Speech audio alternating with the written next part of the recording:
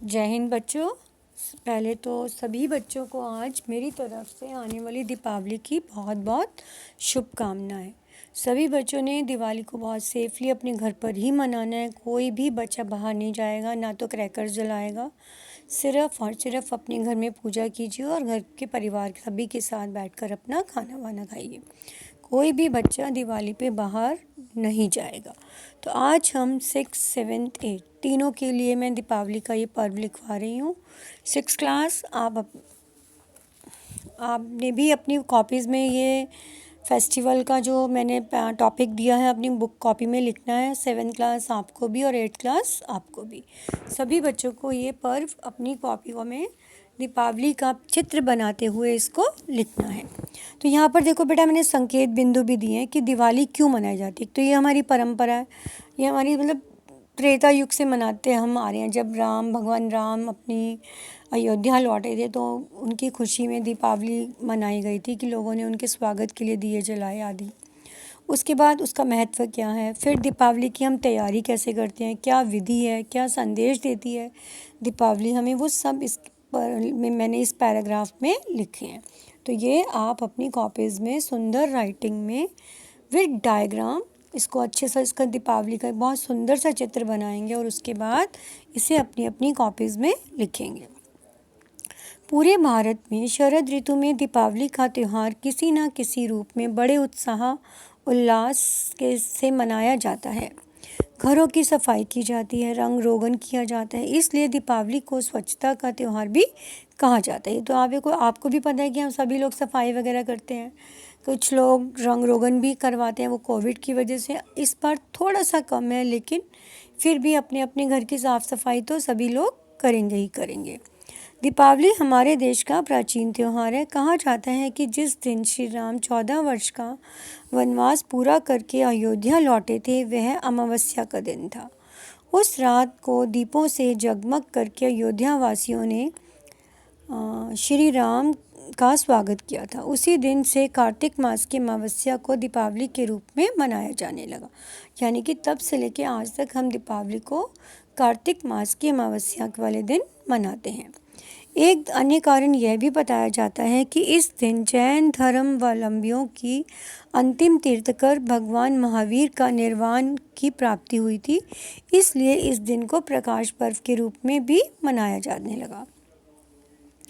दीपावली दीपों का त्यौहार है, प्रकाश का त्यौहार है, सुख समृद्धि का त्यौहार है, हर्ष विनोद का त्यौहार है, प्यार प्रीति और उल्लास का त्यौहार है। मनुष्य ने ईश्वर से सदैव अंधेरे से उजाले की ओर ले जाने की प्रार्थना की है। यह अंधकार अज्ञान का है, अभाव का है, दीनहीनता और गरीबी का है, आपसी वैरभाव और मन मुटाव का है।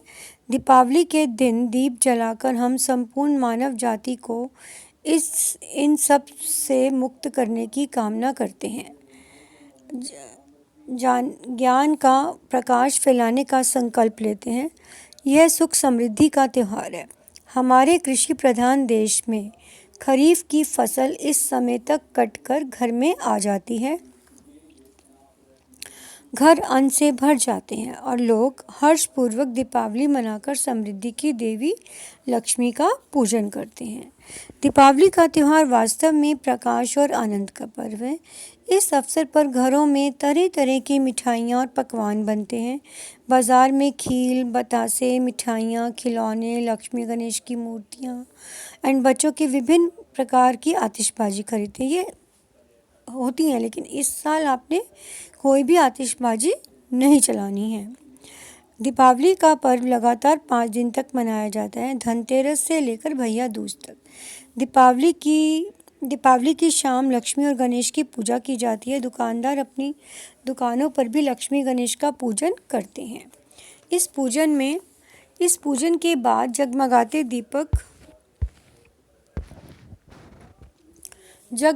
दीपकों से मकान और दुकानों की सजावट की जाती है। बच्चे पटाखे छोड़ते हैं। अमावस्या के गहन अंधकार के बीच छोटे छोटे दीपों की मालाएं बहुत ही सुंदर और आकर्षक लगती हैं। दीपावली के दूसरे दिन गोवर्धन पूजा की धूमधाम रहती है। इस दिन लोग अपनी पशु संपदा की पूजा करते हैं। अनेक स्थानों पर गाय बैलों को रंगों से अलंकृत किया जाता है। खेद की बात है कि इस पवित्र पर्व के साथ कुछ बुराइयां भी जुड़ी हैं। खतरनाक ढंग से आतिशबाजी छोड़ने का चलन है। इन बुराइयों में सबसे प्रमुख है आतिशबाजी। सबसे प्रमुख है आतिशबाजी के कारण प्रायः आग लग जाने से दुर्घटनाएं हो जाती हैं। आतिशबाजी से प्रदूषण भी बहुत फैलता है। तो आजकल तो आप देख भी रहे हैं कि वो जो पराली की फसल कटती है उसकी वजह से भी बहुत प्रदूषण है। तो इसलिए अब तो आतिशबाजी वैसे भी बैन भी है और कोविड की वजह से भी नहीं चलानी चाहिए आपको आतिशबाजी, जिससे कि पॉल्यूशन और बढ़े और जिनको कोई भी एस्थमेटिक होता है या कोई भी प्रॉब्लम होती है तो उन्हें और भी मुश्किल होती है। तो इसलिए इस बार हम प्रण लेंगे कि हम दीपावली पर आतिशबाजी ना चलाकर केवल दीपों से, सुंदर सुंदर लाइट्स से और अपने घर पे बैठकर अच्छे अच्छे व्यंजन बनाकर घर पर ही खाएंगे और अपनी दीपावली का त्यौहार सुख शांति से मनाएंगे। सो एक बार फिर से सभी को happy Diwali, safe and healthy Diwali.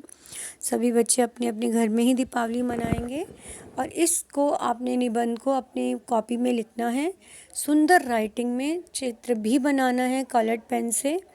और अगर आप चाहो तो इसको थोड़ा छोटा भी कर सकते हो, अगर चाहो तो अपनी ओर से भी अनुच्छेद लिख सकते हो। ज़रूरी नहीं कि जो मैम ने लिखवाया आपको वही लिखना है, आप चाहो तो अपने शब्दों से भी इसे लिख सकते हैं। बट लिखना तीनों क्लासेस के बच्चों को है, 6 को भी, 7 को भी और 8 को भी। दीपावली त्यौहार, प्रकाश का पर्व दीपावली।